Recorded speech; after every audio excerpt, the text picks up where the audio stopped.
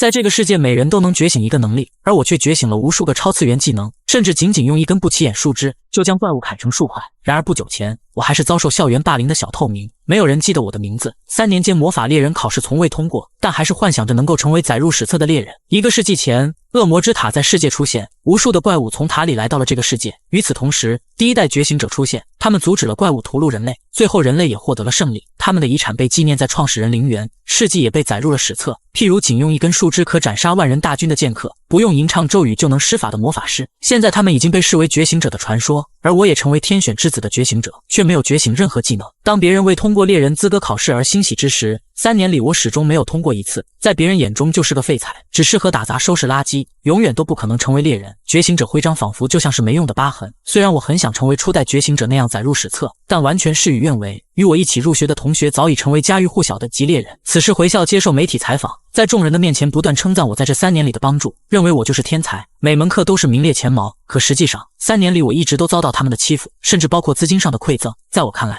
眼前的男人无比的虚伪，在媒体面前无比的称赞着我，而我也不得不装出非常感激的样子。然而采访结束后，仍然没人记得我的名字。此时我终于明白，即使你是一个邪恶的人，只要你拥有成为猎人的力量，无论发生什么，每个人都会站在你这边。突然男人折返回来，让我晚上跟他们去一趟创始人的陵墓，只要我去了就可以给我一次补考的机会。男人表示这么做只是为了提高自己的知名度而已，虽然不知道他究竟是什么目的，但无论如何自己都获得了一次机会。夜晚，男人的真正目的是陵墓下的宝藏，而我正好看到了这一幕。在那一刻，我毫不犹豫地怒斥了他们，你们难道不知道是谁安葬在这里吗？男人却是无所谓，我才不在乎里面的是谁，只要获得里面的宝藏就能成为百万富翁。听到这里，我直接愣住了，想到初代觉醒者的种种事迹，自己心中的英雄被玷污，不由得怒火中烧。即使知道自己的实力不如他们，但还是冲了上去，可下一秒就被击中了腹部，接着便口吐番茄酱。而另一边的小弟在地下拿出了一个背包，里面竟是装着一些魔法晶石，这让男人欣喜若狂。他拉扯着我的衣领，终于说出了将我叫来的目的。原来他一直都在关注图书馆的我，认为终于找到了一个棋子，最后决定偷走陵墓中的宝藏。而第二天的新闻头条就会出现，偷到创始人陵墓的人就是魔法训练学院的一名3年级猎人。说完，男人就松开了手，可此时男人仍然没有记得我的名字。之前所有的努力，每天的训练，所做的一切，在此时都毫无意义。突然数道身影出现在周围，这是一根毫不起眼的树枝，我却用它斩杀了滔天巨物，仅1个回合就将极猎人击败。就在我被设计扔下河里之后，迷糊中周边泛起了亮光，之后逐渐凝聚成人影。他们也发现了我手中特殊的觉醒者徽章，竟是稀有的虚无属性，没有觉醒任何技能，但也意味着可以成长到你想象不到的高度。他们让我选择他们其中一人签订契约，原来他们是初代觉醒者的阴魂，代表着所有技能的顶峰，魔法、剑道、体术、剑术都可以选择。虽然我很想像那个长毛一样，但是我更想拥有征服一切的力量，所以我需要你们所有的力量，给我你们的一切。就在他们以为这是不可能时，下一秒就被吸进了徽章空间内。此时河底的环境也发生了变化，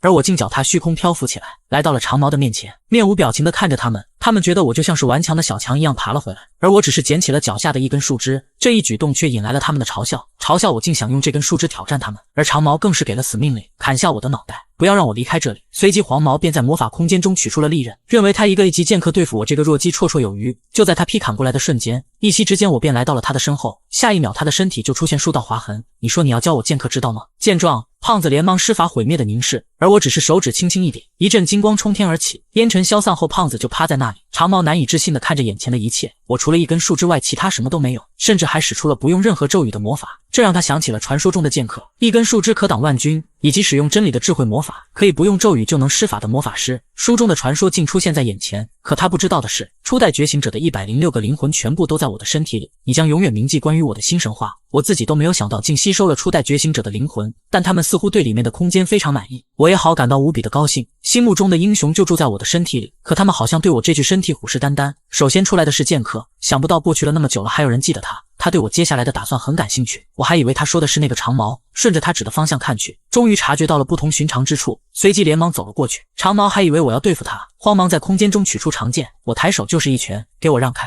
接着整个身子瞬间飞出数十米，只见无尽的黑色能量从背包中喷涌而出，紧接着一只巨大的怪物出现在眼前。与此同时，一只3头狼出现在城市之中。在这个世界，每个人都能觉醒一个能力，而我却觉醒了106项技能，只因我身体了住了106个灵魂，每个灵魂生前都是各项技能的巅峰。就在我留意到背包黑色能量泄漏时，一只三头狼正出现在城市之中，对城市进行大肆破坏。此时一个人类挡在了他的面前，只见他一跃而起，跳至三头狼的上空，使出了从天而降的拳法，来源正是 S 级猎人9期。突然一股强烈的威压传来，在他身后的人类被压得动弹不得， A 级和 B 级猎人都无法承受，初步判断为 S 级怪物，而威压的来源正是创始人铃木方向。此时一只章鱼怪出现在我的眼前，原来因为长毛打开了铃木，拿走了背包里面的魔晶石，将封印在里面的魔物释放出来。眼前的怪物危险等级 S 级，它的有毒气能够杀死几公里内的活物。长毛身体不禁地颤抖起来，我刚想提醒他不要动，他竟害怕地往后跑，因为怪物会瞄准移动中的活物。果然一只触手就向他急速飞去，长毛连忙提剑格挡，可瞬间被触手折断并附属在他的身上，下一秒就被吸干了生命力。此时剑客却搂着我，你不把你的身体交给我吗？而我并不介意将我的身体交给他，我可以将身体借给你们每一个人。这话明显让他们一愣，我将会超越你们所有人。首先是擅长单手剑的剑客，只见数道剑影凌空划过，一根触手便变成了数块，接着便是体术，朝着攻击过来的触手就是一拳，触手瞬间被击断，而我借着机会捡起了地上的木棍，接下来便是棍术，各种技能轮流更换，利用太极将急速飞来的触手抓住，下一秒就往地上一砸，怪物瞬间支离破碎。最后则是剑术，怪物的头颅瞬间千疮百孔，可即便这样仍然没有将其斩杀，最后不得已捡起了长毛的断剑，在智慧魔法的配合下，一跃跳至怪物的上方，使出了剑客的最强一击，怪物瞬间被劈成两半，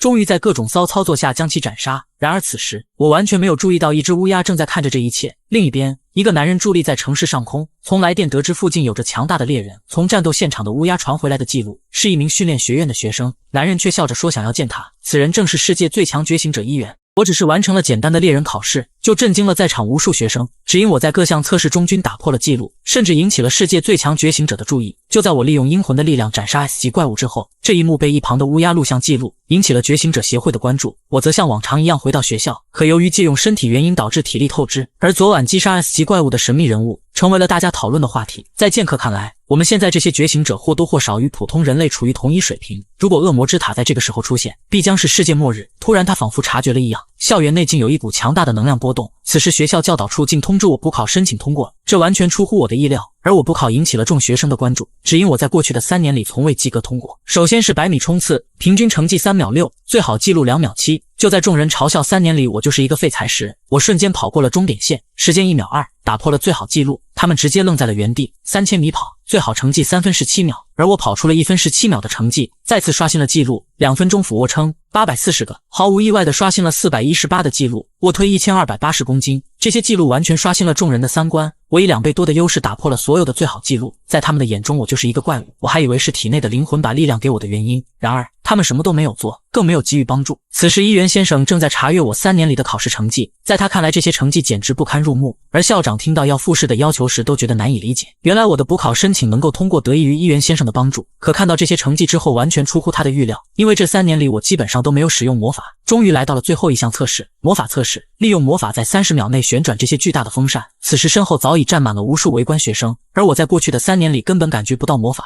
更别说去控制那些扇叶。但是现在我能感受到魔法在我身体的每一个角落流动，并且还能通过呼吸加速循环，扇叶在我们的控制下慢慢转动起来。在短短 1.2 秒内，扇叶以惊人的速度迅速转动，只见转速越转越快，犹如一道狂暴的飓风，场面一度陷入混乱。下一秒，巨大的风扇竟然爆炸，高速旋转的扇叶朝着办公楼飞去，吓得众人四散而逃。紧接着又是一声爆炸，扇叶在离校长1公分的时候停了下来，吓得他尿不湿都湿了。伊原却哈哈大笑了起来，反而称赞我将会是在他之后的第2个历史人物。而考试现场的众人心有余悸，惊魂未定的考官直接让我通过了考试。此时身后的欢呼声震耳欲聋，3年的废材终于得到了大家的认可。然而只有剑客知道，在我将身体借给他们之后，我体内的潜能被激发，在他们看来我并不是有着虚无属性的普通人，而是他们等了1个世纪的人。突然一股能量从天而降，就是刚刚剑客感受到的那一股能量。烟尘消散后，一员出现在眼前，我完全被这一幕震惊住了。为什么世界最强觉醒者会出现在这里，还主动跟自己握手？这是以前想都不敢想的事。随即他提出了一项额外的测试，请试着打他一下，这直接把我整懵逼了。我明明是学院中公认的废材，此时竟受到最强觉醒者的测试邀请，直接把我惊呆了2秒半。只因我斩杀 S 级怪物时被记录了下来，他顺着猎人学院的线索找到了我，可即便我使出浑身解数，仍然无法触及对方分毫，不得已使用了最强技能鬼上身。就在我完成猎人资格考试时，最强觉醒者伊原先生竟出现在眼前。在他9岁的时候就是一名成熟的猎人，甚至仅凭一己之力平息了9州暴乱。就是这样的大人物竟和自己握手，并要求进行额外的测试，试着打他一下。这话完全出乎我的预料，脸上露出了不敢相信的表情。可身后的剑客却异常兴奋，把你的身体借给我。随即伊原讲起了规则，1分钟之内碰到他一次就算赢，即使输了也不会受到惩罚，而他则会每10秒钟攻击一次。接着取出了他所收集的武器，我可以在那些武器中任意挑选使用。可即便这样，我仍然怀疑自己能否1分钟之内触碰到他。伊原对自己身体的强悍程度异常自信，手指只是轻轻一划，眼前的利刃便一分为二。我看着这一幕，瞬间惊出了冷汗。剑客看到伊原展现的实力后，脸上露出了怒色，让我赶紧把身体交给他。可我并不想错过这次机会，决定只用自己的力量证明自己。就在他倒计时开始的时候，我随手拿起一把剑就冲了过去。如果想要成为传奇，就不能借用初代觉醒者灵魂的力量。可面对我的全力一击，伊原只是一个侧身就轻松躲开了，甚至还在用着手机浏览媒体信息，表现得轻松自如。自己的攻击完全无效，在他面前犹如小孩一般，即使使用虚招，从竖砍连续变成横砍，仍未能将其击中，仿佛就能预测到我的所有动作。与其同时，我才反应过来，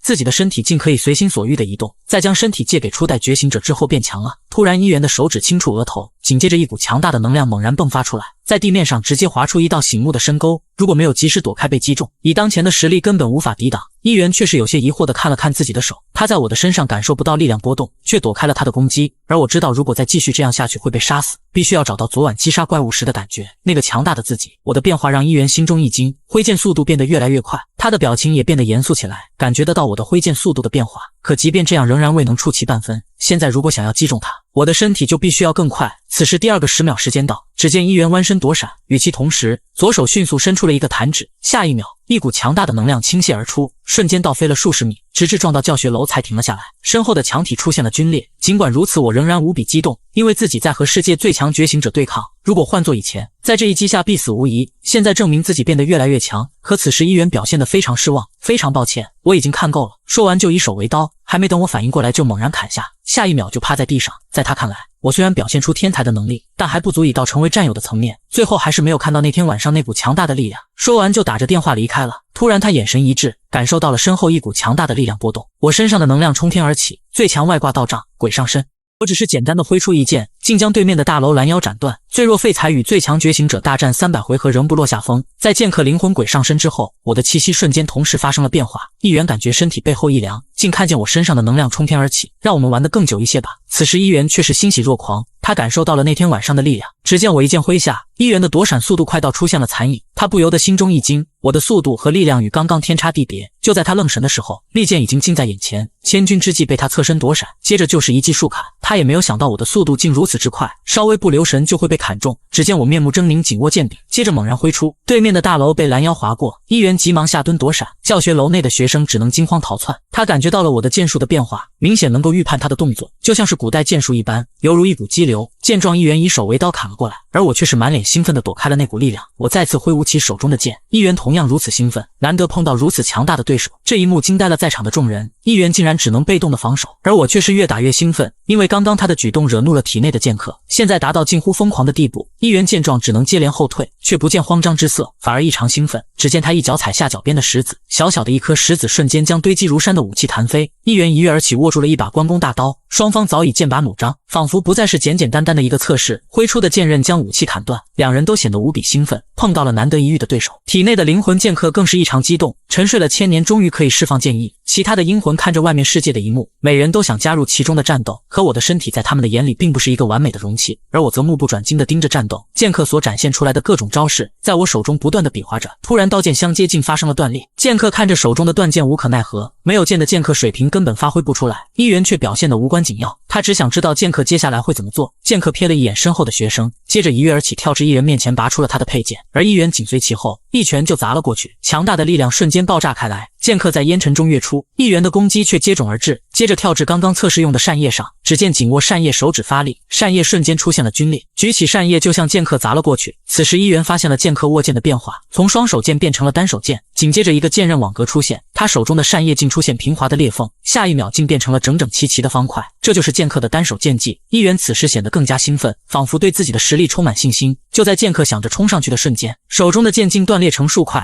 剑客竟没有看清对方的动作，伊原以手为刀砍了下来。面对他的攻击，剑客避无可避，我连忙替换他的灵魂接管身体，而我则清楚地看到对方的攻击路线，伸手巧妙地改变手刀的方向，竟成功躲开了对方的攻击。这一幕震惊住了刚刚战斗的一人一魂。与此同时，我的右手因承受不住强大的力量而发生扭曲，只能用另一只手紧握成拳，奋力挥击过去。就在以为能够在60秒内击中对方的时候，结果似乎并不是这样。男人生前一己之力可抵万军，此时竟被对方牢牢压制。千钧之际，我替换了他的灵魂接管回身体，巧妙地躲开了对方的攻击。剑客看着眼前的一幕，双方都震惊住了，想不到我竟找到了破解之法。接着我便紧握拳击猛然挥出，就在以为击中对方的时候，对方却以奇怪的方式握住了我的手腕，拳头近在咫尺，却无法再前进半分。可他却是嘴角微微上扬，将我的拳头触碰到他的脸颊，接着满脸欢笑：“恭喜你，你通过了测试。”说完就从空中掉落下来。至此猎人考试结束。一元的秘书闪身到他的身旁，在他的治疗下，我的手臂居然恢复如初。同时在他的提醒下，在测试中我竟真的触碰到最强觉醒者一元。尽管他最终有意的选择了让我胜出，但也表示他认可了我的实力。他也想不到在我连续不断的攻击下竟会认真起来，还躲开了他的最强一击，对我刚刚的表现非常满意。而我却是一脸茫然，为什么要进行1分钟的测试？测试通过之后下一步该做什么？一元明显一愣，原来我根本就没听明白测试前所说的话。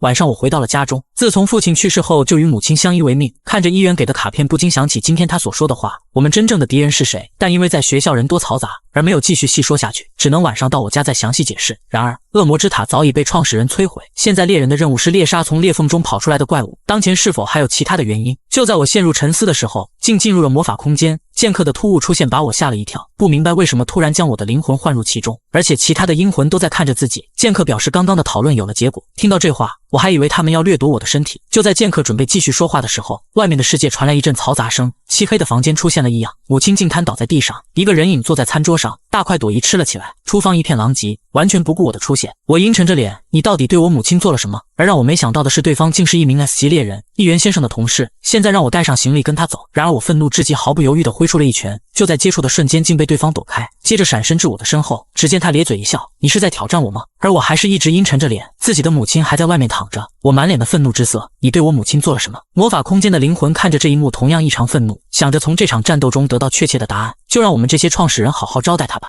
在这个世界，每人只能觉醒一个能力，而我却领悟了106种技能，只因我身体里住了106个灵魂，每个灵魂代表着每项技能的巅峰，即使面对强大的 S 级猎人仍不落下风，甚至将对方打得毫无招架之力。此时我脸色阴沉，怒视着眼前的男子，然而对方竟还在嚣张跋扈的挑衅，认为我在他面前宛如一个小可爱。只见他以手为刀向我砍下，而我只是轻描淡写地握住急速而来的手刀，一记反手将对方摔倒在地。这突如其来的反击出乎他的预料，这一幕却把体内的老者震惊住了，因为这一招式只是在之前的附身时使用过一次，此刻我竟然能够如此轻易地施展。我一脚就将对方踢飞出去，强大的冲击力直接撞碎了围墙，可因为等级差的原因，并没有给对方造成致命伤害。对方一个翻身便稳稳落地，可心中不免一惊，情报提供有误，在与一元战斗时明明擅长的是剑术，可现在竟然使用的是和气道。我满脸愤怒地看着对方，你究竟对我母亲做了什么？对方却是猥琐地笑了起来，因为我觉得他有些碍事，所以用了一些毒让他睡着了，如果运气不好的话，有可能会留下后遗症。而我仍然以为对方真的是一元的朋友，质问他为什么要伤害自己人，对方仿佛听到笑话一般哈哈大笑，下一秒竟就闪身至我的身后，你是傻瓜吗？而我则预判了他的动作，一跃而起躲开了攻击。原来对方的意图只是想将我作为人质，以此作为胁迫一元的筹码。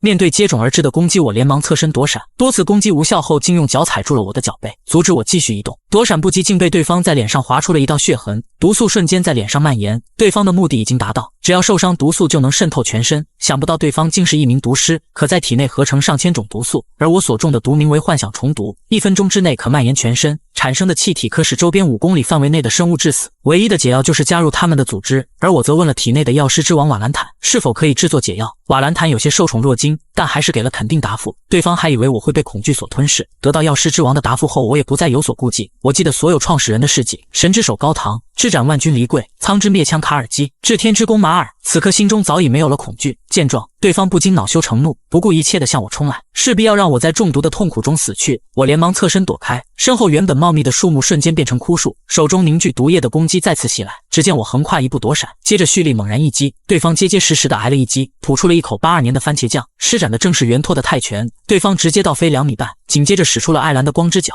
对方在地上划出了2道裂痕才停下来。可我的攻击并没有结束，只见对方双手合十，而我竟巧妙地从2手之间穿过，以迅雷之势击中对方的身体，紧接着一记龙爪，双手紧紧抱住，将对方连根拔起，下一秒便抛上了空中。各种招式层出不穷，最后使用魔法师的真理魔法，一股能量冲天爆射，体内的灵魂难以置信地看着这一幕。他们怎么也没想到，只是附身过一次我的身体，我竟就学会了他们的所有招式。剑客离贵显得无比兴奋，如果他们对我进行训练，那么将会培养出一个前所未有的怪物。我本是学院公认的废材，此时却得到最强觉醒者的认可，甚至还受到了106名先烈阴魂的青睐，被收入门下成为他们的徒弟。在我将神秘的 S 级猎人击败之后，数名黑衣人出现在城市上空，他们的任务是确保在一元到来之前将我掌握在手中。然而话音未落，一元就已经出现在他的身后，只见他眯眯眼，手指一弹，一股能量直冲而下，对方瞬间瘫倒在地，瞬息之间便清理了在场的觉醒者。而在灵的感知下，周围已没有觉醒者的气息，但灵的所见却让一元一愣。我想我们来迟了，有人已经捷足先登。S 级猎人毒噬灰谷被人打倒在地，一元也没有想到我真的能够击败 S 级猎人，对我的实力更是称赞有加。之后才对我身上的中毒情况表示关心，而在瓦兰坦的帮助下，轻松地取得了血清。在他附在我的身上之后，完全就像是变了个人。这怪异的行为可能是作为药剂师的一个通病，因为白天的视频泄露出去，所以我被大量的组织盯上。而眼前的男子就是冒充一元的朋友接近我。此时灵凭空出现在身旁，原本破败的房屋竟恢复如初。治愈术不仅能够对人治疗，想不到竟还能够对物体还原。关于我的未来规划，在一元的眼中，我有着非凡的天赋，因此想让我加入他们的队伍。听到这话，我异常激动，可母亲却是满脸忧心忡忡，因为她知道猎人是一个危险的职业，她并不希望自己的儿子每天处于危险之中。但她也是最了解我的，从小就崇拜先祖觉醒者，即使被欺负也未曾改变。一元表示将会把我培养成最强觉醒者，并不亚于先祖的实力。随即我们三人便来到深山中的一处神秘居所，隶属于国家机关，只有少数觉醒者才能进入。这部分人被称之为预言部队，通称为预言。此时楼层内有着5人在议论纷纷，能够来到这里的都是实力非凡，每个人都桀骜不驯。在此之前必须要确认是否有实力进入预言部队。霎时间我感到了一丝寒意，下车之后一个人影从天而降，我连忙双手格挡，可脚下地面仍然出现一个大坑，他也没想到我竟能接下他这一击，而我也感受到他强大的力量。接着只接他一个鲤鱼打挺，稳稳落地后做了自我介绍，名叫燕太郎，预言部队的一员，和我同期。此时一员已经在一旁准备好茶水，果然燕太郎一上来就是一记回旋踢，我非常吃力才勉强挡下。相比之下，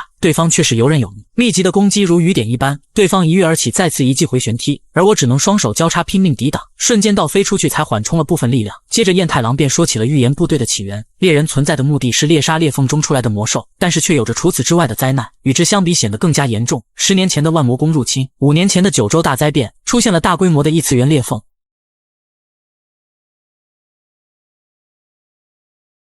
这些都是被世人所认知，但事实上并不是人们所看到的那些。这是异次元的侵略行为。300年前恶魔之塔出现，带来了超级灾难。然而入侵并没有结束，另一个异次元中究竟是谁窥视着这个世界？相比塔时代的觉醒者，现在觉醒者的实力实不存一，很少人拥有先祖一般的实力，让有着预知和预言技能的觉醒者确定灾难出现的位置，然后挑选精英给予反击，因此才有了预言部队。这些信息已经超出了我的认知范围，对于我能够接下他的连续攻击，是同期对手的第一个，因为对方认可了我的实力。此时楼顶之上的几人看着下方的我们，可眨眼睛间便消失了。燕太郎无奈表示他们只有自己实战过才会认可我的实力。夜晚，我在宿舍内思考着燕太郎传达的信息，塔时代并没有结束，灾难也会随时降临。面对灾难，自己是否真的可以战斗？突然黎贵等人竟自主现身，而我还以为他们又因为抢夺我的身体而吵了起来。黎贵一脸严肃，表示他们要将我收入门下，作为所有先祖的弟子，将会把我培养成史上最强的觉醒者。我只是躲开对方的一击，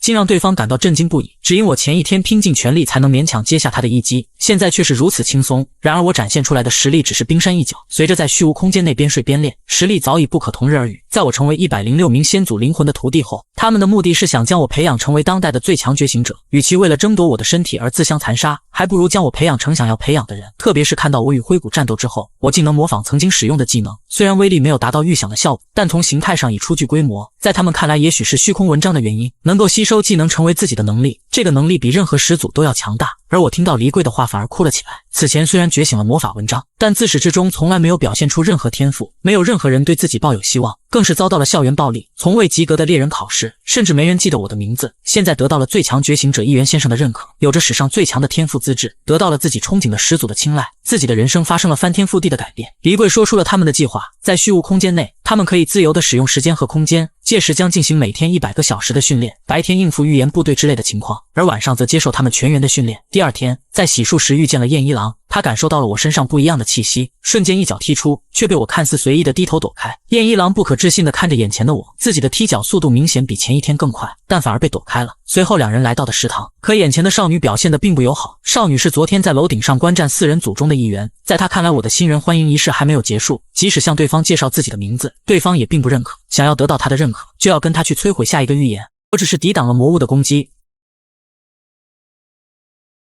这一幕让在场的众人震惊不已，只因我竟一招就秒杀了 S 级魔物。我接受了眼前少女的挑战，摧毁下一个预言。最初的预言之书在1945年南极大陆3000米深的地方被一个名为巴纳德的探险家发现，预言之书又成为厄运之书。起初他并不相信能够预言，可当他翻开书页时却震惊住了。书页上赫然写着他发现厄运之书的时间，书中记载着未来80年里的各种灾难，甚至还记载着造成世界毁灭的灾难次数达到了200次之多。而他们作为预言部队，已成功阻止180次会造成世界毁灭的灾难。世界第3次大战、月之侧面、病原菌攻击、宇宙巨幕，以及最近议员先生阻止的万魔宫入侵，每一个都是超级危机级别，都是由世界各地的优秀觉醒者处置。而预言部队对各种灾难收集和分析，将灾难分为4个等级，3级为一个或多个城市被摧毁，2级为国家级大规模的灾难，1级为全球环境的变化，而超级则确定为世界级的毁灭。而他们的任务就是阻止灾难的发生。对于他们3人的到来，在场的警卫人员脸上露出了不悦，让他们赶紧离开。然而少女却准确说出了裂缝的情况，预言等级为3级，异次元裂缝为终极规模。根据黄之诗篇集记载，裂缝会不断扩大。话音刚落，裂缝周边的裂纹逐渐扩散，下一秒竟涌出来了魔物，等级至少1级以上。见状，警卫大叔连忙一拳挥出，但也只能疲于应付眼前的魔物。然而其他的成员并不乐观，更为糟糕的是从裂缝中传出来的恐怖压迫感。只见少女单手一挥，技能发动，至高的炼金术在接触到地面的瞬间竟发生了变化，无数水银凝聚而成的武器凭空出现，从天而降的水银之枪瞬间刺穿了魔物。与此同时，燕一郎发动了自己的流步，在魔物群中穿梭踢打。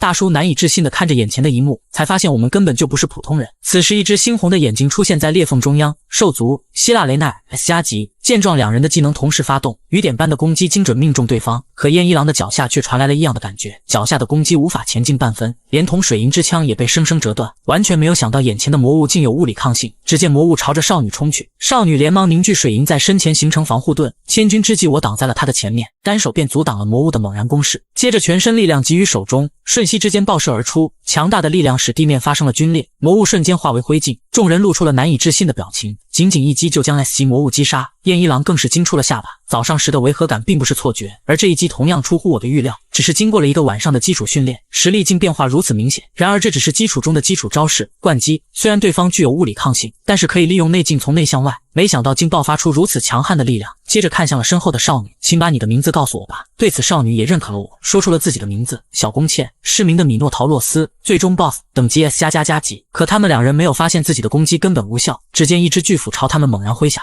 我只是使用了同样的炼金术，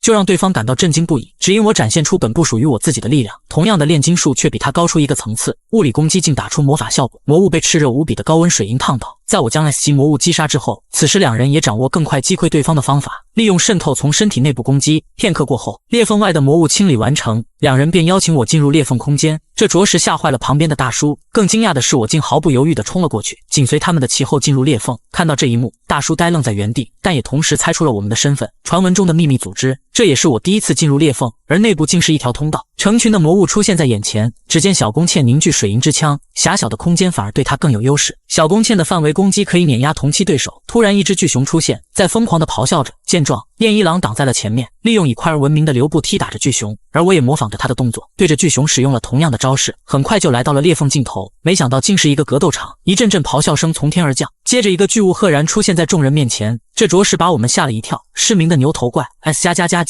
小宫茜缓缓向前，仿佛并未能影响他半分。至高的炼金术黄金炼成，接着只见牛头怪的脚下出现了一个黄金阵法，黄金液体凝聚而成的长矛从地下冒出，对着牛头怪冲天而起。面对强敌，务必倾尽全力发动雷霆一击，绝不能让战斗陷入持久恶战。燕一郎明白他的意图后，就准备蓄力发动最强一击。然而只有站在他们身后的我才看清楚，他们的攻击毫无作用。燕一郎对此明显一愣，果然牛头怪举起了巨斧，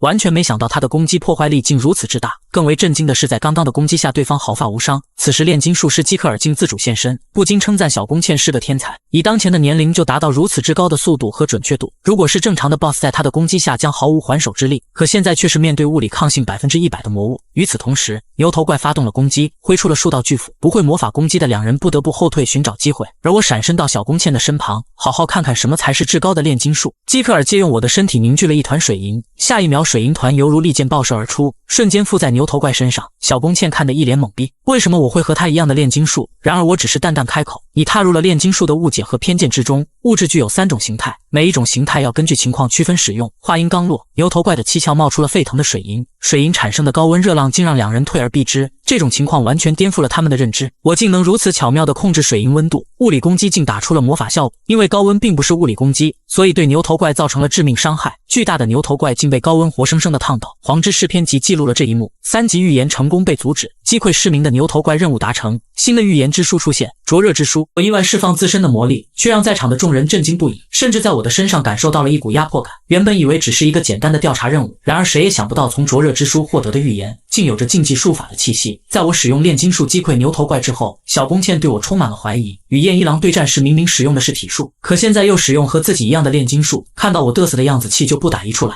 但最终还是认同了我的实力，接着便从裂缝回到现实世界。刚才的大叔对此表示感谢，他从我们胸前的徽章中早已猜出了我们的身份。与此同时，在某一村落泛起了红色的光芒，村庄上空悬浮了一个巨大的魔字。而我们回到预言部队后，又接到了新的任务。在第3研究室内，丽园市长解释着预言任务。苏芳的一头红发格外引人注意，正是观战4人组中间的那位。他那臭屁的样子让小宫茜非常不爽。从桑原市长的口中得知，通过解析部门分析，眼前类似木炭的东西竟是一本预言之书。由于在火山附近找到，它的表面被高温火焰烧焦，迄今为止仍无法完全解读书中内容。近期利用最新的人工智能技术成功解析一部分预言内容，竟涉及到了国家级层面。这是一个全新的预言，在各国的信息库都未找到相关的信息。苏方确认是不是由我们4个新人进行调查，而丽园先生给的解释是，因为其他正式成员正在处理其他任务，目前队里只有我们4人可以调派。至此，苏方信誓旦旦地接下任务，等级不明的特殊任务让我不免有些紧张。可我们的目的是调查预言，而不是阻止灾难的发生。路上只有小宫茜强撑着不休息，可下一秒倒头就睡，醒来时却发现车上空无一人，他不禁埋怨3人没有将他叫醒。可此时我们早已被眼前的景象吸引，一个巨大的魔法阵笼罩了整个村庄，情况比我们预测的还要糟糕。预言已经开始应验，眼前的23根水晶柱正是报告中所提到的23名村民，与30年前消失的歌山公寓预言类似。那次事件近乎打通了通往异次元的虫洞，突然水晶柱闪耀起红色光芒，预言并没有停止。苏方拔出了背上的利剑，也就意味着他要阻止此次预言。小宫茜还想说竟然无视丽园市长的指示，话音未落，3人就感受到了一股磅礴的力量。只见我周身散发着魔力，我用行动表明了自己的态度。电一郎察觉到我的力量竟比早上时更强，而苏方只是淡淡开口，不要成为累赘，说完就跳下了悬崖。我们则紧随其后一跃而下，看着眼前的一幕，虚无空间内先祖灵魂不禁有些怀念。然而离柜却闻到一丝异常的气息，禁忌术法，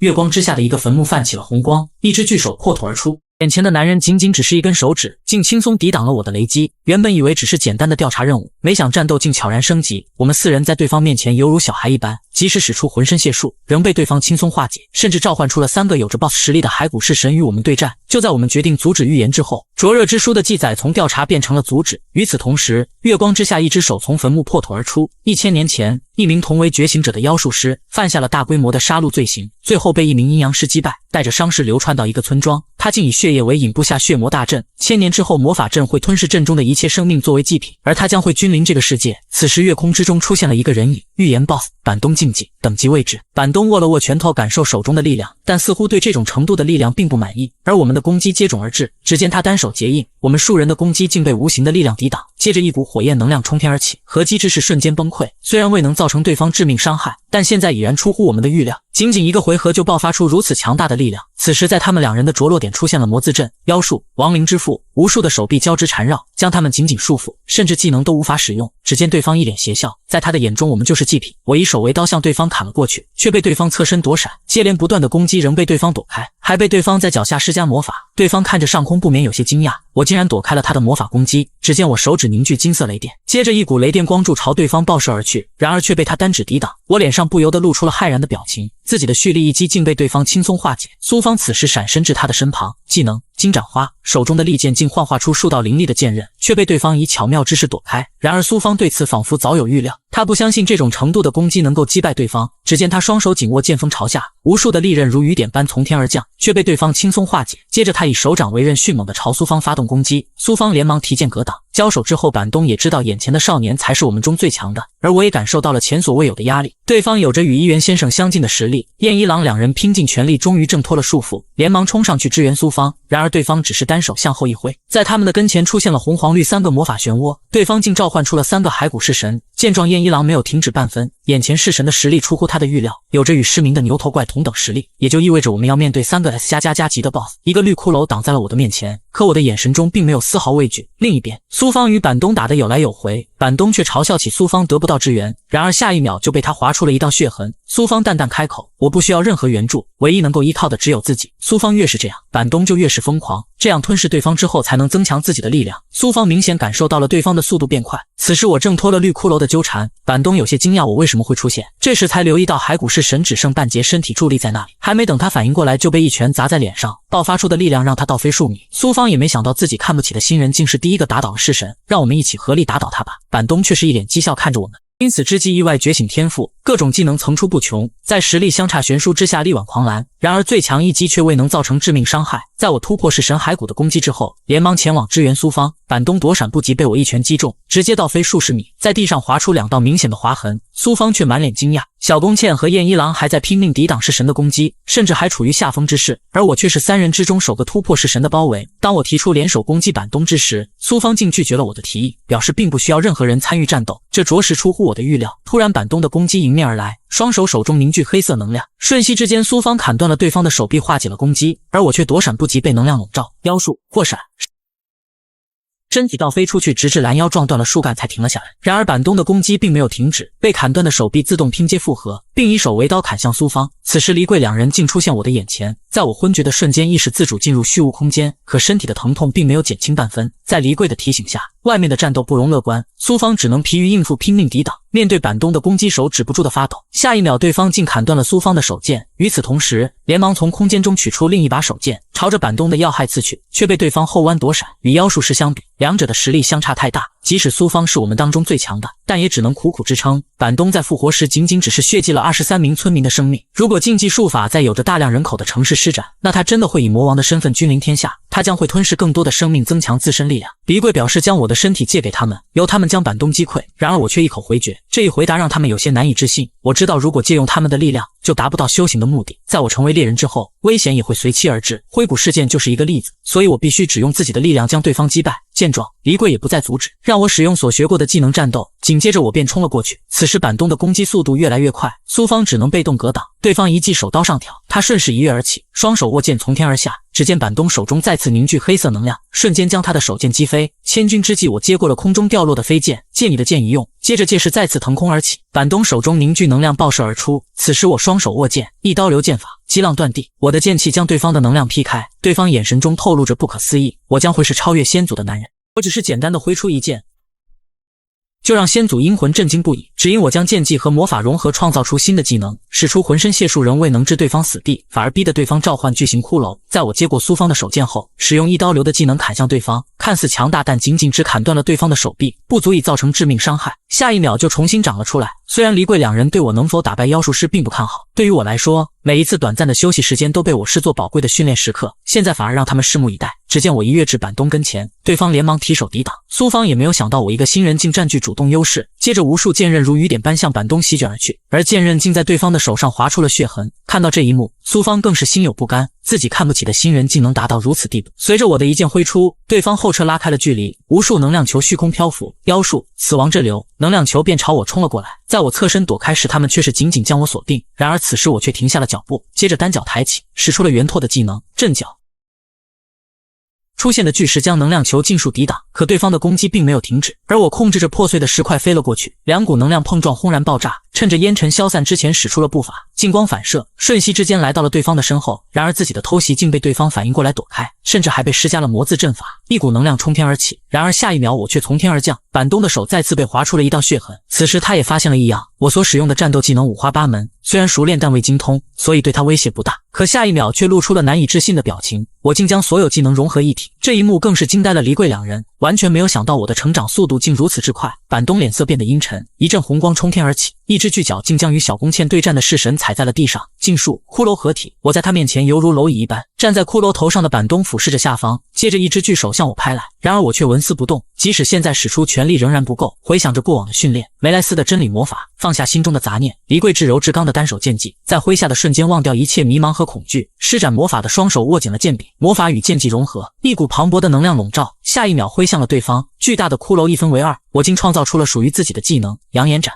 预言之战在我的这一击下终于落下帷幕，然而对方本已斩断的身体竟然不可思议的融合重生，魔法结界的破坏使得再度陷入危险之中。关键时刻鬼上身化解危机，我的隐藏实力最终暴露。在我将魔法与剑技融合之后，创造出新的技能扬言斩，对方的巨人骸骨一分为二，而本体也被拦腰斩断。这一幕完全震惊住了黎贵两人，他们完全没有想到我竟将剑技和魔法融合，创造出新的技能。炼金术师基克尔更是欣喜若狂，我表现出的一切跟他猜想一样，我的不同寻常之处就是可以自由地切换技能，如果能够同时使用2种或多种技能，那将会出现无数种可能。听到这里，两人不禁冷汗直流，他们完全低估了我的天赋资质，假以时日，我将会达到史无前有的高度。此时板东剩下的半截身体发生异动，血液如沸腾般冒起了泡泡，片刻过后竟重新长回了身体。板东一脸怒气，如果被击中头部必死无疑，然而下一秒一把利刃划过他的脖颈处，还没等他反应过来便身首分离。千钧之际，苏芳及时补刀，板东也没想到会被身后的少年偷袭，苏芳顺势接过倒下的我。眼前的一幕让板东想起了自己的过往，1000年前一个饥寒交迫的夜晚，自己的哥哥也是在自己怀中死去，然而桥上却是一幕繁荣昌盛的景象，与桥底形成了鲜明的对比。他无法理解这世间的公平，一个人虽然很轻松，但是也很寂寞。这个话仿佛是对着苏芳说的，接着便消散在空气中。可苏芳却认为即便一个人也不应该这样。突然月空当中的结界出现了裂缝，结界的能量足以吞噬整个村庄，如果结界向内部坍塌，他们根本无法承受如此强大的力量。为了避免被能量吞噬，只能在他崩溃的瞬间利用技能最大限度的抵消冲击。此时昏迷中的我竟单手举起了剑。苏芳不解地看了看我，为什么我明明昏死过去却还有意识？黎贵在我昏迷时接管了我的身体，最后的危机将由他解决。就在结界坍塌的瞬间，一股磅礴的能量冲天而起，瞬间撕裂了魔法结界的吞噬之势。而这一幕刚好被赶来支援的队员看到。预言小队队长苏成，他很想知道是谁使出了这一剑技。我只是入队2天就成为了队伍核心，甚至成为了队伍间的起爆剂，只因我展现出了非一般的实力，在2日内就击溃了潜在的3级和1级 BOSS， 即使面对苏成队长突如其来的袭击，也能以迅雷之势闪身躲开，加入了其他人梦寐以求的一线小队。就在不久前，因预言部队正式成员外出任务，我们4人不得不接手了灼热之书的预言。预言等级未知的任务差点导致全员覆灭。另一边，议员先生只身一人挑战超级等级的任务，而苏芳队长同时面临1级的预言任务。令他没有想到的是，议员对我的评价竟会如此之高，评价我是终止所有预言的人。此时议员来到了预言之地，超级预言，缺失的太阳。然而议员手搓螺旋丸，技能神旋风，谈笑间便将 BOSS 击溃，化解了危机。等苏成等人赶到灼热之书的预言之地时，刚好目睹了我们打破结界的场景。对此他更想知道是谁到底使用了如此强大的剑技。我因体力透支而陷入了昏迷，等再次醒来时早已躺在了病床上。苏芳对我的身份充满质疑，而燕一郎和小宫茜自知在此次战斗任务中基本起不到任何作用，然后早早的去演习室训练。苏芳对我却是紧追不舍。我在任务中展现出压倒性的力量，2日内击破了潜在的3级和1级的预言任务，各种技能层出不穷，特别是最后的融合技，这都是他目前所无法触碰到的。作为同期队员，他非常不甘心，质问我究竟是什么人。突然床帘被人打开，苏成的出现让我们2人很是惊讶。苏芳竟喊对方为大哥，然而对方却熟视无睹，径直朝我走了过来，二话不说竟毫不犹豫地挥出了剑。身体的本能反应让我以迅雷之势躲开了攻击。对方究竟是什么目的？他也没想到一个新人竟能躲开他的一击，随即淡淡开口合格。此时苏成才自我介绍，鉴于我之前战斗的出色表现，暂时加入他的队伍。听到这里，苏芳脸色变得阴沉，自己竟比不上一个新人，多年来都未得到哥哥的认同，然而我只是入队2天就得到他的认可，还加入了他的小队。紧握的拳头渗出了血，脸上浮现出难以掩饰的不甘之色。演习场内，小宫茜2人正在对抗训练，炼金术的水银之枪随处可见。在灼热之书的预言中，他们基本都是被牵制着，根本无法与我相提评论。难以接受竟然会输给同期新人。此时议员完成任务后出现在他们的面前，可2人对这些包裹特产毫无兴趣，只希望议员能够训练他们。他们并不甘心就这样输给我，对此议员反而有些疑惑。2人此时对力量的渴望与之前完全不一样，不禁猜测究竟是谁给他们点火。一个身影出现在门口，向来自视清高的苏芳竟提出了请求。另一边，苏成的到来似乎预示着出现更为严峻的预言。男人看似挥出了一剑，实际却挥出了无数剑。S 级的冰兽在他面前竟抵挡不了一招，即使是我使用扬言斩，也仅能勉强击杀一只冰兽，而男人却有着小队90%的实力。在我暂时加入苏城小队之后，看似水火不容的兄弟关系似乎另有隐情。苏方对自己的大哥只瞥了一眼，耿耿于怀，苏城却因为对方的伤疤太明显而不忍直视，一个是要将对方打倒，一个却把对方看得很重。而燕一郎两人在苏方口中得知我加入了一线小队后，全身心投入到训练之中，苏方更是犹如入魔一般。苏城队在正式队伍中被冠以最强称号，而队长苏城更是占据着小队中的90%战力。此时正在前往预言之地，一级预言，全球冻结，灾难范围呈指数增长，全球17个国家已出现不同程度的骚动。郡山尊，苏城小队的成员之一，在我发送信息时还不忘与他交流，对此他不免有些不悦，而我只能解释再联系同期队友。我正在联合诸位老师对苏方几人提出训练建议。首先是小宫茜收到后大骂这是什么鬼，燕一郎没有太大表情，苏方却是脸色变得阴沉。一元先生很是好奇是怎样的信息，竟然是每个人的训练计划。一元看到后不免心中一惊，竟能契合每个人的习惯提出具体建议。受到这件事的刺激，众人直接将我视作为敌人，让我后悔提供这些训练建议。此时来到了预言之地，为了防止将战斗带至村落，选择了提前迫降。在与板东的战斗中，最终还是借助了离贵的力量，而这一次与正式队员一起战斗正是实战的机会，必须依靠自己的力量完成任务。然而这一次任务成为了我一生难忘的挫折。觉醒者对温度相对敏感，现在达到了-37度。我从俊山口中得知，此次任务在预言之书并没有记载，是由拥有预知能力的觉醒者预言，这也是首次将此类预言判定为1级。而俊山的技能类似雷达检测，此时竟检测到有敌人靠近，突然副队长竟从我的身旁消失，下一秒就来到了苏城的旁边。技能应该是瞬移，在前方出现兵族的冰之格尔，数量大概30只，初步判定为 S++级。在苏城的一声令下，全员冲了上去，各种技能不断轰向冰兽，这一幕着实把我震惊住了。正式队员的合作竟如此默契。在得到苏城队长的许可后，我也参与到其中的战斗。只见我一跃而起，以凌厉的攻势踹在对方的头上，下一秒冰兽便破碎开来，一只冰兽躲开了所有攻击，朝我冲了过来，一道火刃呼啸而过，对方瞬间被拦腰斩断。俊山惊讶地回头看了看我，火焰之剑，扬言斩。接着数道剑刃声传来，苏城仅仅一击就将剩下的冰兽悉数消灭。夜晚在一个冰窟里面安营，在俊山的雷达探测下，10公里范围内并没有野兽。我在篝火旁思考着融合技，在与板东时用的是剑技与魔法融合，其他技能是否是同一个原理？就在我准备成功时，苏城鬼魅出现在身后，吓得我心脏都跳了出来，因而中断了施法。在交谈中了解，苏城队长也有着平易近人的一面，但也猜出了我是不是有着不为人知的训练方式。副队的出现打破这尴尬的局面。然而令我们没想到的是，不远处出现了一个拿着预言之书的觉醒者，来这里是为了让这个地方的预言成为现实。我的身体住着106个灵魂，而每个灵魂的武术造诣都达到了世界巅峰。从此我的天赋开始觉醒，并加入了号称第1的预言小队，正在前往全球冻结的预言之地。而这一次任务却成为我的一生之痛。深夜我在虚无印记的空间内进行着基础的剑术训练，至天之功、马吉特，高度集中的训练早已满头大汗，抛弃一切杂念，集中注意力。只见我目不转睛地盯着剑靶，爆射而出的箭矢正中靶心，而我则耗尽了最后一丝力气瘫倒在地。第二天，苏城集结队伍，找到预言 BOSS 并将其击杀。冰族蓝鸟初步判定为 S++级，可在小队面前并没有泛起波澜，瞬息之间便将他们解决。看着眼前的一幕，体内的先祖灵魂都觉得此次任务相对轻松，然而神之手高堂却认为是有蹊跷，莫名的感到忐忑不安。果然不远处竟发现了更大的能量波动，突然地面毫无征兆的抖动，一只4手巨人朝他们冲了过来。预言 BOSS 神秘卡鲁斯，等级不明。BOSS 的出现则意味着预言之战正式开始。俊山利用金色光线将其4手捆绑，副队则砍向他的脚踝，另一名成员则利用火焰魔法攻击。一时之间对方竟无法反击，然而连招之下对方并没有像猜想那样受伤，甚至连一丝伤痕都没有。此时我一跃至对方的上空，挥剑的瞬间忘记一切的迷茫和恐惧，我的最强一击扬言斩。只见对方抬手抵挡，我难以置信地看着眼前的一幕，自己引以为傲的一击竟然没有效果，而对方挥出的一刀自己只能拼命抵挡。对方实力完全不是一个阶别，如果没有冰柱抵挡了部分攻击，自己必死无疑。至此众人连忙闪身后退，现在这种情况已不是他们所能应付。苏城队长站在对方的面前，眼看对方就要举刀挥下，他却不偏不倚利用剑尖抵挡了攻击。烟尘消散后，对方的巨刀竟发生皲裂，接着淡淡开口，确实很强。紧接着对方的砍刀再次袭来，他还是轻松化解，一击之下竟将对方手臂连同武器砍断，连黎贵都不得不称赞他的实力。苏城本想着利用对方让队员积累战斗经验，但是现在只能由他打倒。见状，众人连忙施展防护罩，只见苏城身后出现一股滔天般的火焰，赤龙神帝，赤光闪，一股巨大的火焰之刃便对方砍去，刹那间对方的身体一分为二。我露出了不可置信的表情，同为火焰之剑，苏城队长的威力明显比自己的更强。本以为随着苏城队长的最后一剑，预言之战会落下帷幕，就在众人欢呼的时候，苏城队长的左手臂竟无故的断裂。与此同时，俊山的身体被贯穿了一个空洞，这一幕毫无征兆。接着众人都出现类似的情况，身体无故被洞穿，而我只能眼睁睁地看着这一切，队友一个接着一个瘫倒在地。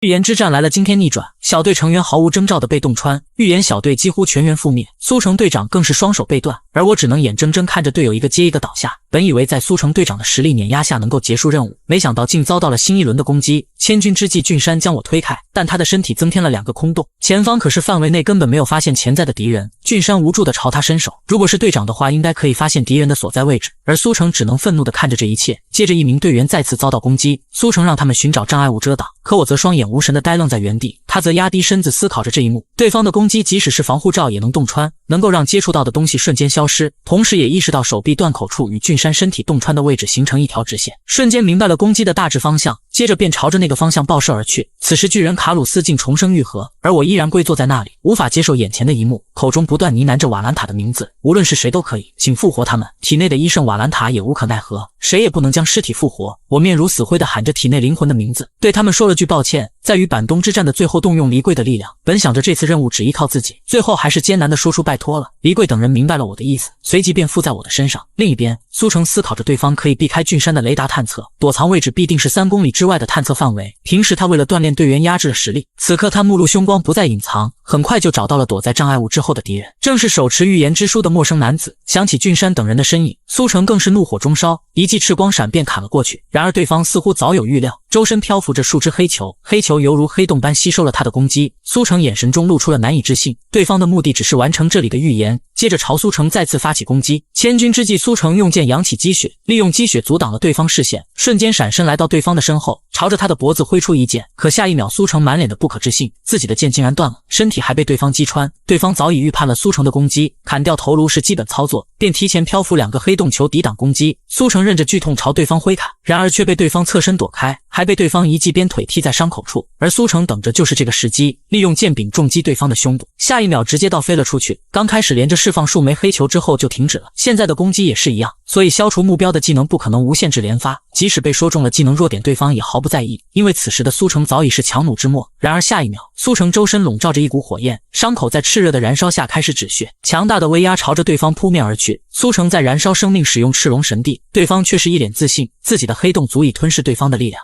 愤怒了！苏城队长竟被对方残忍的伤害，双手更是被无情截断。然而对方无限自愈重生的能力完全出乎他的预料，即使身体劈开也能恢复如初，甚至手里还掌握着传说的预言之书。面对队友一个接一个倒下，我目眦欲裂，喊着体内的先祖灵魂。他们感受到了我的愤怒。此时愈合重生的卡鲁斯的攻击再次袭来，唯独副队一人还在战斗，可以一己之力根本不可能打败对方。突然一道身影从面前掠过，仅仅一击就将对方粉碎。这一幕震惊住了2人。现在我的身体就交由先祖们使用。另一边，苏城队长与陌生男子缠斗，虽然魂能够消除所接触到的物质，但是他也不得不躲闪火箭之刃，因为火焰具有特殊性，火焰在被黑球穿过后会重新生成。与此同时，对方朝着苏城队长释放2枚黑球，苏城队长连忙侧身躲开，下一秒闪身砍下对方的手臂，战斗形势开始逆转。可即便这样，对方居然毫不在意，一记膝踢攻击他的伤口处，这一次让苏城痛苦地翻起白眼。对方一脸讥笑，只是断了一条手臂就形势逆转了吗？在躲避婚的瞬间，对方知道苏城队长一定会选择最优的近战方式，然而他对此早已预判，所以近战战斗都是徒劳。在对方看来，从一开始苏城队长他们就注定失败。只见他从挎包中取出了一样东西，苏城队长看到后大吃一惊，对方手中的竟是厄运之书，记载着毁灭预言。如果存在阻止预言的队伍，那同样存在成就预言的组织。对方正是启示录中的12星矢陶尔夫，负责成就此次预言的使者。面对身残的苏城，对方早已胜券在握。然而下一秒，苏城挥出了一剑，虽然魂消除了部分攻击，但仍然被划出一道血痕。而在这一击之后，他的身体达到了极限，拼尽全力使出最后一击赤龙斩。对方仍然一脸得意，取出了一件道具，接着一阵金光笼罩2人，苏城根本无法看清眼前的景象。下一秒，对方竟一拳砸在他脸上，身后的冰柱砸出了数道裂缝，眼神中透露着难以置信。对方的身体竟恢复如初，他所使用的竟是古遗物，让受伤的身体完全治愈。古遗物是塔时代遗留下来的东西，因为其蕴含着强大的力量，所以由国家负责管理，一般组织根本不能自由使用。只见苏城队长拼尽力气挥出一剑，却被对方使用魂躲开，一拳砸在他身上，接着一记鞭腿踢在身体伤口处，苏城无力地瘫倒在地。可他并不想就此失败，此时队友的身影出现在脑海里，还想着将自己喂养的猫与弟弟分享，终于拼尽最后一丝力气挥砍。然而下一秒，手臂瞬间被洞穿，对方根本没有给他挥剑的机会，苏城仿佛没有了生机，跪倒在地。突然一股滔天的气势传来，对方身后的巨大冰柱被劈开，我用手接住了掉落下来的泪水，此刻体内的灵魂早已愤怒不已，是谁让我们的弟子如此伤心？暴露了！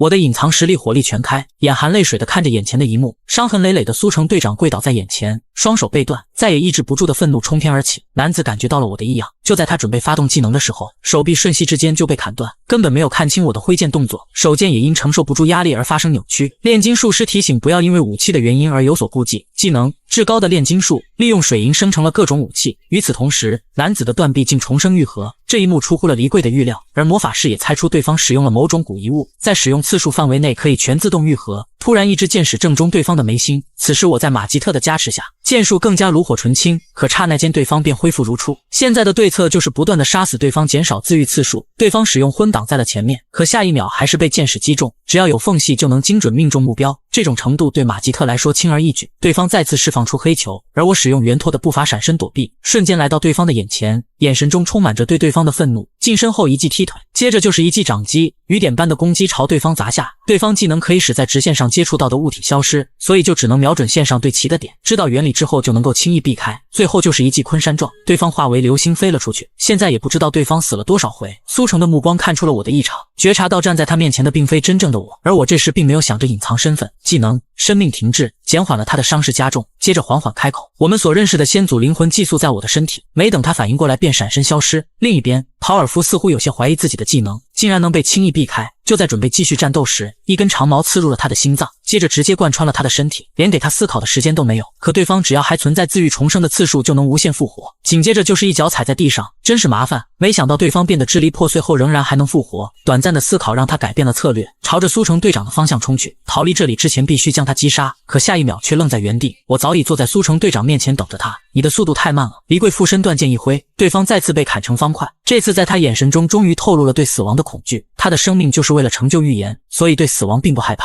然而此刻却心生巨大的畏惧，本已失去的恐惧油然而生，对成就预言的执着并没有让他放弃。从背包内取出了一小瓶金沙，我连忙挥出一剑，可还是晚了一步，瓶内的金沙洒了出来。古遗物时空牢笼，而他的自愈重生的次数也来到了尽头，时空牢笼即使使用真理魔法也没能将其打破。此时双方都没有办法能将对方击溃，对方在牢笼之外觉得胜负已分时，突然感觉身后一凉，苏城队长透支着生命站了起来，眼神中露出了对生死的决绝，犹如一只即将凋零的花。泪目了！苏城队长燃烧生命挥出了最后一剑，花朵绽放的刹那也是其凋零的瞬间。随着这一剑挥下，战斗终于落下帷幕。在我被困在时空牢笼之后，双方都没有办法解决对方。苏城队长这时却站了起来，眼神中透露着对生死的决绝。此时他想起了自己的老师木易花，跟随老师学习了3年之后，拿出了一本古老的武技。因为这个武技已经失传已久，所以他老师也做不到，只知道是先祖黎贵的剑技。但苏城还是研读起来，除了失传了一刀流，至此他老师已倾囊相授。可此时苏城却不知道今后如何变得更强。老师轻叹一口气，因为他知道苏城是万人挑一的天才，可以尝试不同的流派尽情的战斗，犹如一只尚未绽放的花蕾。可当他还活着的时候，可能会很难开花。在看到我刚刚挥出的那一剑之后，仿佛对那一本失传的武技有所感悟。眼前的一幕只是一瞬间，或许这是一生中唯一的一次机会。我不知所措地看着这一切，黎贵此时面无表情，对此似乎有所呼应。2股能量冲天而起。另一边演习场内，议员心中突然一惊，抬头看了看远处，周身的魔力瞬间爆炸开来。3人根本不知道发生了什么。烟尘消散后，墙上留下了一大窟窿。此时陶尔夫的恐惧在心中蔓延，对方明明没有了双手，作为剑士已无法再执剑，然而却能感受到对方的剑能够砍中自己。如果人像花一样，这一瞬间才是真正的绽放，全盛时期的肉体达到巅峰的力量，触手可及的真理魔法，对他来说就是现在这一个瞬间。我难以接受眼前的一幕，只见苏城深吸一口气，过往的场景历历在目，犹如走马灯一般。那朵花蕾开始慢慢绽放，苏城缓缓抬起双手，仿佛手中紧握一把无形之剑，接着一道利刃划过对方的身体。这一剑透过了昏的防御，对方身体瞬间一分为2。黎贵缓缓开口，你做得很好。之前苏城站在乌云之下，此刻却犹如站在云端之上，他感受到这一刻带来的喜悦，自己的剑技也能达到这种境界。家人、朋友，成为伙伴的队友，为了变得更强一味的往前跑，现在已然来到了终点。对一直未曾照顾的弟弟感到抱歉，希望能够原谅他这个哥哥。此时我走到了他面前，苏城首先是一愣，然后便释怀了。死亡并不是终点，现在只是要托付给新一代。刚刚的那一瞬间，通过虚无印记空间与苏城队长的灵魂连接，而我因体力不支倒在地上，眼含泪水无力地瘫倒在地。议员先生此时终于赶到了这里，扶起了倒下的苏城队长。他想着与弟弟在一起的瞬间，心中仿佛并没有遗憾。启示录12星矢之一卡托，新的预言之书出现，议员先生连斩5人。愤怒了，面对苏成的离去，议员先生彻底愤怒了，消失了1个月，只为在全世界搜寻启示录12星矢，无法忍受自己昔日的战友同伴离开。作为同期队友，非常清楚了解对方。苏成小队的成员更是对他无比的信任，彼此之间有着羁绊。如果即使自己受伤或倒下，他希望能够将他们托付给议员先生。议员脸色阴沉，小队中仅有2人存活了下来。可在他看来，苏成队长已经履行了自己的职责，他自己或许都做不到这种程度。面对苏成的离去，议员先生悲痛不已。另一边，我的虚拟印记空间内本是晴朗的天空，此时却漆黑一片。因为自己的软弱，才导致现在这个局面。对自己所要坚持的东西出现了迷茫，自己并不适合战斗。如果一开始就交由先祖们来处理，就不会出现现在这种情况。作为容器，只需要锻炼肉体就可以了。可刚刚与苏成队长灵魂连接的一瞬间，他将一些东西托付了给我，手中依然感受到燃烧般的灼热。对此我并不想浪费这份信任，超越先祖们或许做不到，但每分每秒都要超越大家，不希望有人因此再失去。议员在回去的路上一脸阴沉，只想着一人单独行动。在通话中确认敌人为启示录12星矢之后，狩猎开始。1个月后，王玉玉山内正在与苏方对抗训练体术灌击，对方连忙双手交叉格挡，强大的力量让其身后的河流泛起波澜。接着对方一记手刀砍来，我紧握对方的手腕，高唐翁的神之手竟被对方借势破解。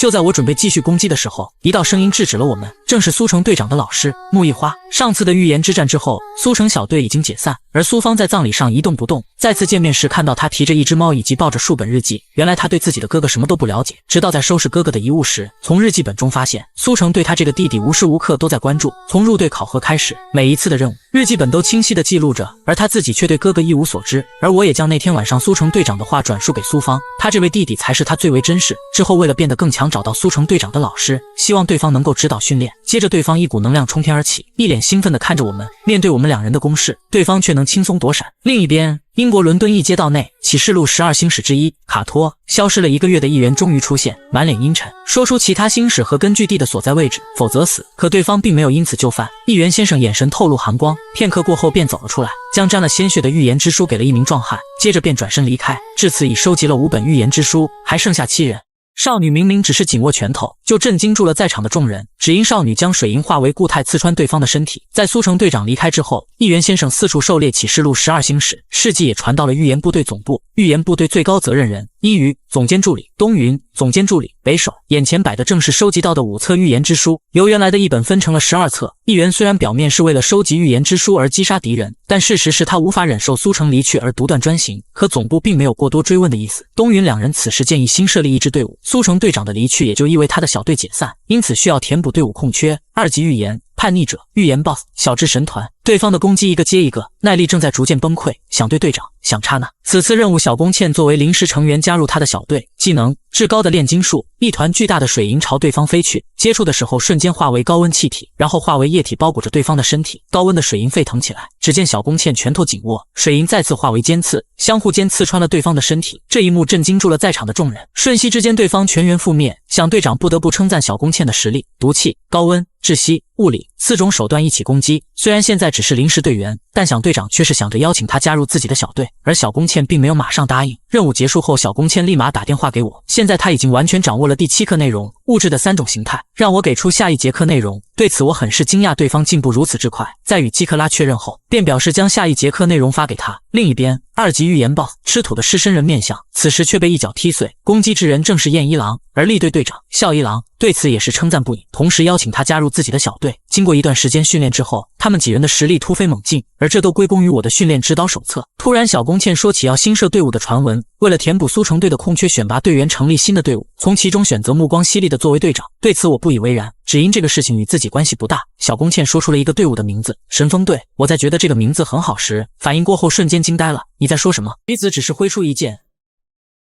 身后的巨石被拦腰砍断，紧接着犹如蝮蛇般的闪电接踵而至。在小宫茜得知组建新的小队之后，便让我考虑是否作为队长候选人，这是我从未想过的事情。对方突然严肃起来，预言部队是为了消除这个世界所有预言的灾难，但这个也是他的夙愿，而要完成这个夙愿的基础，就需要队长必须有坚强的意志来领导其他成员，所以选择了我。小宫茜的话让我陷入了迷茫，口中不断的呢喃队长2个字。这边木易花老师也发现了我的异样，一旁的苏方也认为我比较适合队长的角色，只有我在踌躇不决，难以下定决心。虚无印记空间中的先祖看着眼前的一幕，却无法提出更好的建议，作为我的师父也是无能为力。黎贵突然想起什么，回头大喊，这不是你的专长吗？军事先祖李恩只见他缓缓开口：“现在还不是时候，而且现场还有更合适的人选。”黎贵不明所以，突然一根木剑插进我所做的石头。木易花老师竟踏水走来：“当你烦恼的时候就练习吧，让我跟他对练，练习我的步伐。”随即我也跳了下去。步伐、波纹度，木易花有些意外，我竟然也会踏水而立。即使是天才觉醒者，也需要半年的时间才能达到如此境地。我一时无法解释。我在虚无印记中日夜不辍的练习，付出的时间并不比别人少。然而这些其他人并不知道。突然对方猝不及防地挥出一剑，我连忙弯腰躲闪，身后的巨石竟被砍成两半。不必考虑任何不必要的事情，即使你不喜欢我，也会让你集中注意力。我感受到了对方给予的压力，不得不认真对待。此时众人才明白李恩所说的合适人选。木易花，现代的正统继承人，技能蛇腹疾走，剑技竟能打出雷电效果。黎贵眼神中透露着难以置信。被击中的石头发生了皲裂，也就是意味对方是认真的。技能炼狱剑，爆发出的剑气向我袭来，只见剑气化为一个圆球将它笼罩。刚刚所在的位置被弯出一个圆坑，千钧之际躲开了攻击。对方使用的是一刀流，但又和先祖的剑技不一样，竟创造出了新的剑技。你是不是考虑能不能成为苏城那样的人，成为那样的队长？对此我并没有否认自己对苏城队长所见所闻，他展现出来的实力是自己所不能及，眼神中露出了一股忧虑。老师大喊：“你不必成为这样的人！”技能天水乱舞，对方展现出来的剑技再次刷新了我的认知。老师接着说道：“这是当代家族族长根据先祖的剑技创造，虽然达不到先祖的高度，但即便如此也要下功夫，只为了能够靠近一些。我不知道苏城是怎样的队长，但他确实是一个不错的队长。如果继续磨练你的意志，你必定能够达到他的实力。现在不是考虑是否能够成为他那样，而是想想他托付了什么给你。”此时我仿佛明白了什么，想起了苏城队长在印记空间的时候到底托付了什么给我，随即脱口而出：“未来。”木易花老师听到了满意的答案，更是一脸兴奋。为了未来锻炼你们，我心中俨然有了结果。两股能量对撞在一起。2周后，新组建的小队队长候选人名单，名单由队长或总监推荐，我的名字赫然出现在上面。推荐人：特务队员木易花，树荫下的一个人影。3日后，新队长考试正式开始。对于新预言小队队长势在必得。启示录12星矢之一，艾娃。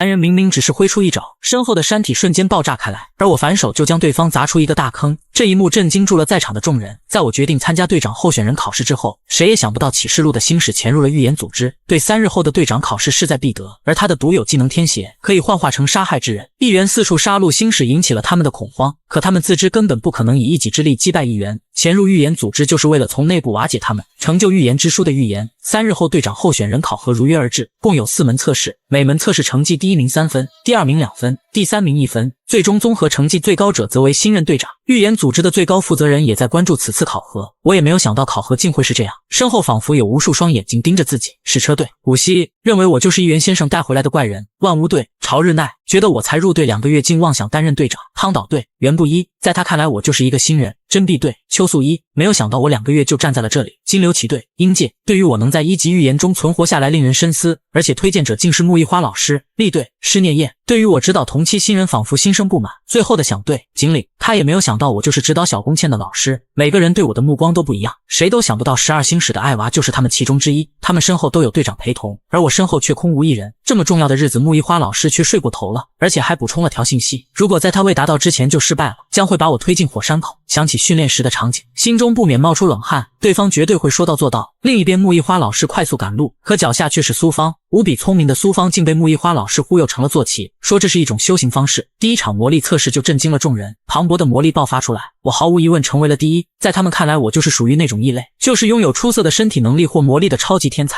而我就是专注魔力的那一类。而一旁的施聂就是另外一类。此时我获得了3个积分，袁不一2个积分，英介1个积分。第2场考核徒手格斗，击败对手的人可获得2分。施聂第一个申请格斗，挑战对象选择了我，他号称正是队员徒手格斗最强，在他2岁的时候卷入了裂缝爆发出来的怪物之中，也就是在那个时候觉醒了能力。片刻过后，婴儿车下就是堆积如山的怪物尸体，所以想队长认为厉队长推荐他来参加考核就是作弊，可对方却觉得推荐队伍中最强的并没有问题。众人对施聂徒手格斗的能力非常认可，此时施聂早已摩拳擦掌，觉得我竟自大的指导同为天才的燕一郎。虽然我很想说我只是一个中介，真正指导的是我身后的老师，但却不可能说出。在对方看来，燕一郎一脚踢碎了贪吃的狮身人面相，无疑是个超级天才，对此我并没有否认。技能荒孽，对方的身体仿佛发生了异变，爆发出的力量以迅雷之势扑面而来，对方的手爪瞬间来到眼前，我连忙下蹲躲闪，可下一秒身后的山体竟炸裂开来，没想到对方的攻势竟蕴含着如此强大的力量，虽然对方攻击犀利，但是还没有到避无可避的程度。在躲闪过程中寻找突破的机会，握住对方的手腕，高堂流、袖震，反手就扭转对方的身体，翻倒在地。强大的气流瞬间砸出了一个大坑，观战的众人不得不连忙躲闪，吃惊地看着上方的我们。虽然我收回了部分力量，但威力还是出乎了我的预料，而我对施聂的力量也表示认同，可对方却认为这是在讽刺。原本以为双方势均力敌，没想到却是一边倒的碾压。启示录潜伏者出现端倪，树荫底下藏着不为人知的阴谋。在我反手扭倒施聂之后，下方瞬间砸出了一个大坑，半空之中，施聂挣脱了我的束缚，稳稳地落地。一旁的板崎观察分析现场战斗情况，身体素质异于常人的施聂犹如一只猛兽。我知道以当前自身的实力还不足以打倒对方，随即借用了梅莱斯的力量，瞬间爆发出滔天的能量。技能光之脚，袁拓的灌击，再次一脚踢中施聂的腹部，袁拓的近身攻击紧跟其身，施聂此时毫无招架之力，片刻过后便跌落在地，面部焦黑，口吐白烟。这一结果完全出乎众人的预料，没想到我以绝对的优势碾压施聂，不仅在魔力天赋异于常人，更是有着强悍的格斗能力。板崎手指快速移动，似乎记录某些信息，或许我会成为他的最大障碍。另一边，我利用医师的治愈术治疗施聂，展现出来的实力再次颠覆他的认知。我除了魔力、格斗之外，竟还是一个治疗师。经历了之前的预言之战，我的心性也发生了变化。不远处突然发生了爆炸，烟尘四起，徒手格斗最终战正在开展。5分钟之前对决几乎同时开始，武西对战锦鲤，武西胜；朝日奈对战原部，朝日奈胜；板崎对战秋，持续时间相对较长。秋的攻击如雨点般攻向板崎，接着板崎倒飞出去。在他看来，板崎并没有出色的能力，就是可有可无的零配件，天赋异禀的天才，没有可复制性。如果普通人分配到他的小队，最终等待的只有死亡。可以高水平的能力灵活应对任何情况，使整个小队的生存率提高甚至1%，这才是他追求的队长，就像苏城队长一样。然而小队的命运在战斗结束时就已经注定，这种情况不应该发生。听此我愣住，没想到对方竟会如此诋毁苏城小队。一旁的施聂气的后槽牙都咬碎了，体术练功所刃，双手旋转攻击板崎，这一击下板崎跌倒在地。就在他准备继续攻击的时候，板崎却举手投降。可秋知道对方根本就是故意往后倒，板崎只能解释不想与女子缠斗，而且还想着保存体力。可事实只是他不想过早在我面前暴露实力。此时我以5个积分排名首位，另一边苏芳满头大汗喘着粗气。两人并没有直接前往试炼场，而是来到了预言组织的中庭花园。木易花老师径直来到一棵树下，残留的气息虽然被巧妙地隐藏，但木易花还是察觉到对方的气息，犹如一只怪物以压倒性的实力残杀。预言组织完美的隐匿机制竟被对方入侵，而木易花瞬间便猜到对方有可能是启示录的12星矢，目的不仅仅只是议员先生。我的体内住着106个灵魂，有着无可横扫千军的剑客，智可决胜千里的军师，仅靠蛛丝马迹就找出奸细的侦探。在木易花老师发现12星矢已经混入预言组织之后，连忙赶往考核现场。此时队长考核测试午间休息，木易花看到我的成绩后有些意外，自己的徒弟可以避免了被扔进火山口。苏芳看着眼前的众人不免疑惑，此时我才从他们口中得知，在这些人里面混入了12星矢。从院子中庭隐藏的残余气息判断，队长班中已有人被杀害，可此刻7人却全员到齐，也就意味着有人假扮其中1人，情况似乎比想象中的还要糟糕。木易花想了一个万全之策，就是杀光在场的所有人。现在新队长考核中不仅要找出潜入其中的启示录星矢，还要将其击杀。启示录是击杀苏城队长的元凶，这也让我下定了决心。苏芳更是阴沉着脸，就在思考如何应对之时，体内的侦探先祖出现。如果可以的话，想去犯罪现场的院子。我拒绝了阿兹尔的建议，因为中午休息时间比较短，如果连忙赶过去，必定会引起对方的怀疑。而且如果对方与在雪山时遇见的星矢有着同等实力，将会有可能杀光这里的所有人。而对于队长阶别的战斗痕迹，其他先祖竟无法感知。对于能够隐藏残余气息的能力，确实与12星矢的实力相符。李贵这时反而有些期待对方到底是谁。我突然提出了另外一个可能性，对方并不是队长阶别，而是混入了队长候选人之中。这话让眼前的两人一愣，木易花老师转眼就明白了我的意思，因为对方如果被推荐为下一任队长，同样能够达到目的。但是7位队长并不能完全排除嫌疑。就在我以为可以在下一场考核中测试对方的实力时，下一秒却傻眼。第3场竟然是笔试考试，全是关于预言规则的问题，完全无从下笔。为什么作为队长要知道这些？最终不出意外，笔试倒数，2个倒数0分的人凑在了一起，而板崎获得了笔试第1名得3分。我因为魔力和格斗测试积分的原因，排名仍然首位。一个小队至少7人，组建一支新的小队最少还要招揽6人。施聂让我好好想想自己当队长的时候会从其他候选人中选拔谁，随即推荐了号称格斗最强的自己，说完就挥手离开。此时阿兹尔出现，让我带他去战斗现场的院子。当前已经知道谁是犯人，现在需要更多的证据来断定。暴露了，暴露了！潜入的启示录12星矢终于暴露了。想不到杀人案件中竟然还存在第三者，对方滔天的威压扑面而来。在第3场笔记考核结束后，阿兹尔说出了自己的猜测，随即让我将他带去杀人现场。通过接触残余的气息，思考着当时发生的一切，基本确定被害人和凶手。而且对方与雪山上的星矢一样拿着预言之书。突然树叶飘落，我的虚无印记空间发生了变化，一个老奶奶出现在眼前。此时我并不知道对方是预言组织的最高负责人，只是诧异对方竟能自主进入我的视海。对方只是想了解调查进度，我说出了调查情况。残余的气息与在考核对战中的一人相似，虽然已经知道犯人，但是却不能揭发对方。从现在的残余气息判断对方的实力很强，更重要的是对方竟是2个人，所以必须要在准备齐全的情况下发起攻击。最后我让眼前的老奶奶不要插手干预这个事情，对方并没有回答，只是让我把她当作路过的老奶。不知为何我这时突然喊出了我的名字，一股气浪迎面而来，下一秒就回到现实世界。第2天在前往考核场地时，施聂竟出现在我的身旁，对方讲述着下半场考核内容，而我却在一旁阴沉着脸。可是你为什么故意输掉比赛？这话让对方明显一愣，很快就调整了表情并回答了我的问题，只是在比赛途中改变作战计划，语气作为队长，在新任队长的手下似乎可以更加为所欲为。我依然阴沉着脸，那就将有可能成为队友的一起杀了吗？此时木易花老师埋伏在附近，施聂还是一样的表情，如果需要的话可以再杀掉另一个家伙换掉他。在笔试考试中宿主的信息根本无法参考，因此最后计划失败，现在反而有些后悔当时没有替换板旗，所以才导致了这样的结果。只见各队队长围了上来，身后是被铁链捆绑的厉队长。启示录12星矢之一艾娃序列9，技能是可以替代杀害之人，对方大脑的信息也会完整的保存下来。而当时替换施聂只是认为他的身体素质在队长候选人当中是最强的，潜入预言组织目的是从其内部瓦解，现在计划失败，只能杀光在场的所有人。艾娃全盘说出来自己的身份和计划，